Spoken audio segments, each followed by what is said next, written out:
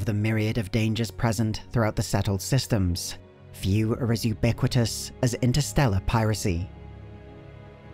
Though many might have hoped that mankind's ascendance into an interstellar civilization was poised to temper the rougher edges of the human psyche, the old vices have merely adapted to the new frontiers. The vast distances separating isolated, defenseless colonies, the limited reach of law enforcement, and the chance for a single score to turn a life of crime into a life of luxury means there is no shortage of starship captains willing to trade their conscience for easy credits. The interstellar underworld is a persistent and ever-evolving threat. Pirates exist in a world of anonymity and lawlessness, whose adherents can be as savage to each other as to the ships and settlements they prey upon. But if there is one rule that governs piracy in the settled systems, it is a simple one. There is the Crimson Fleet, and then there is everyone else.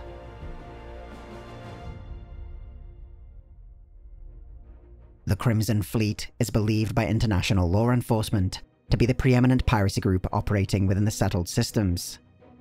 Its captains and their crews use illegally modified starships to target civilian shipping, their activities ranging from robbery and looting through to more sophisticated acts of sabotage, extortion, and arms dealing.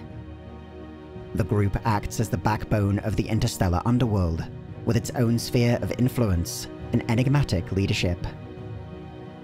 Though piracy existed in the settled systems well before the establishment of the Crimson Fleet, its daring actions against civilized space and the dramatic appearance of its ships and captains have elevated its profile in a way few other piracy groups have managed.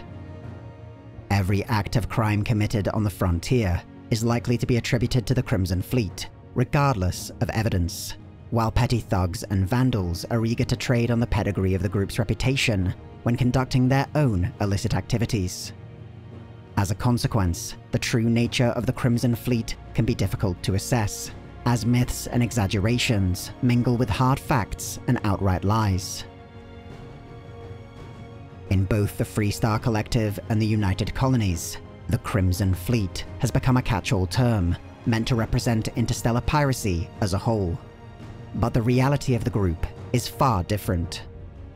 It is a loose confederation of pirate captains, leveraging their shared resources to achieve greater success, but also prone to infighting and factionalism.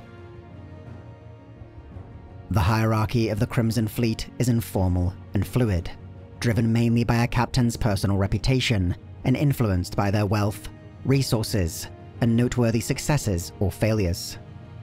Accomplished captains will attract crew and allies looking for a share of the spoils, and in turn, grow to possess far greater influence within the Crimson Fleet.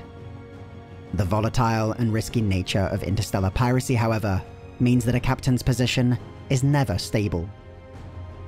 In times of sustained success, particularly charismatic captains might gather enough resources and allies to command their own personal fiefdoms within the sprawling ranks of the Crimson Fleet.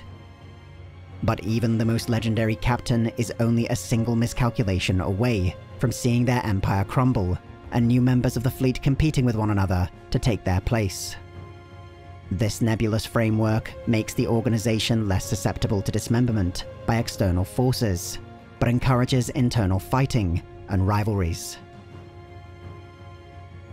Though a largely decentralized entity, the Crimson Fleet typically has within its ranks a single captain recognized by most members, though not necessarily all, as the group's preeminent leader. They rarely possess the power to issue edicts that bind the entire fleet, as few captains are eager to give up their autonomy. Instead, they mainly serve as arbitrators and mediators, settling disputes among captains and managing internal conflicts. Their authority is ultimately tied to their diplomatic skill and political savvy rather than raw power, and they act as a balancing force within the otherwise unstable and contentious environment of the Crimson Fleet. The founding of the Crimson Fleet has been elevated to a kind of mythic importance and is perhaps most responsible for the group's enduring prominence in the settled systems. Its origins are connected to the Lock, a maximum security prison once operated by the United Colonies on the frontier of explored space. Throughout the 2200s, the United Colonies used the facility as a dumping ground for the nation's worst offenders, until a riot instigated by the legendary pirate Jasper Crix seized control of the lock.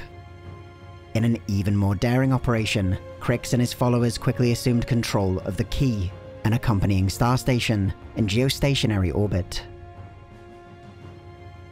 Control of the Key gave the former prisoners an unparalleled advantage, a base of operations unlike any other in the settled systems. Jasper Crix recognized its potential and claimed it as the headquarters of the newly proclaimed Crimson Fleet.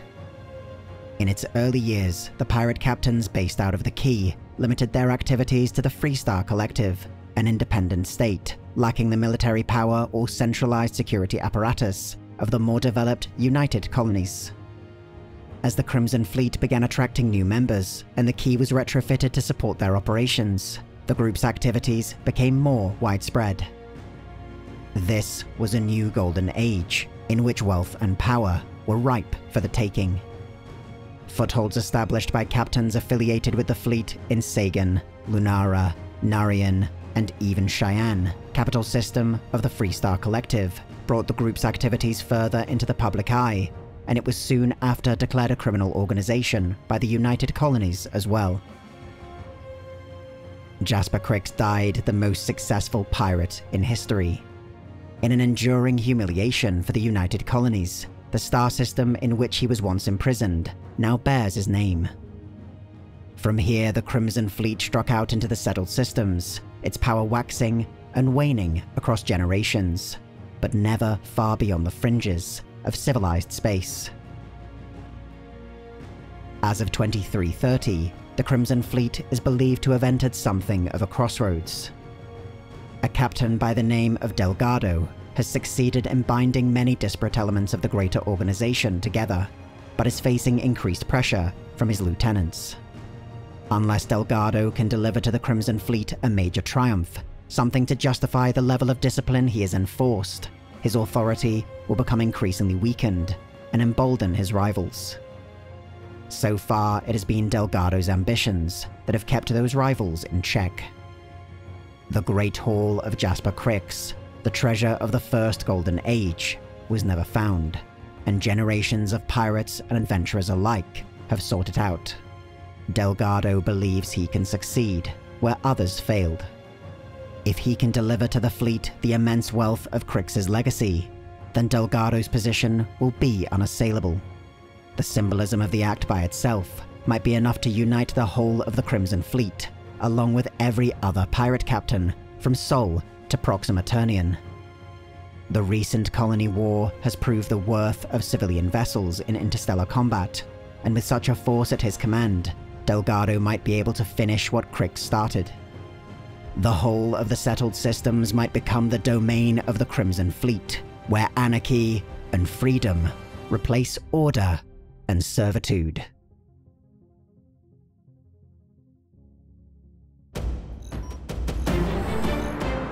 The Templin Institute investigates the nations, factions, and organizations of alternate worlds. If you've enjoyed this video and would like to join the Templin Institute, consider pledging to our Patreon page.